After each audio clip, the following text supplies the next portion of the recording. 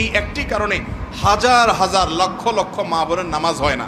জানে না যে নামাজের মধ্যে পুরুষের নাভি থেকে হাঁটু পর্যন্ত ঢাকা যেরকম ফরজ, কাঁধও ঢাকার কথা হাদিসে আসছে, আর মহিলাদের পুরা আপদমস্তক ঢাকতে হবে নামাজের মধ্যে।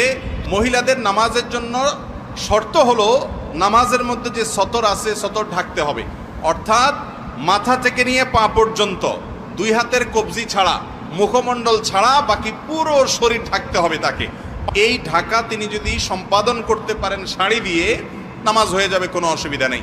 আর যদি শাড়ি দিয়ে না পারেন তাহলে শাড়ি পরবেন না, অন্য কোনো কিছু সাথে পরবেন।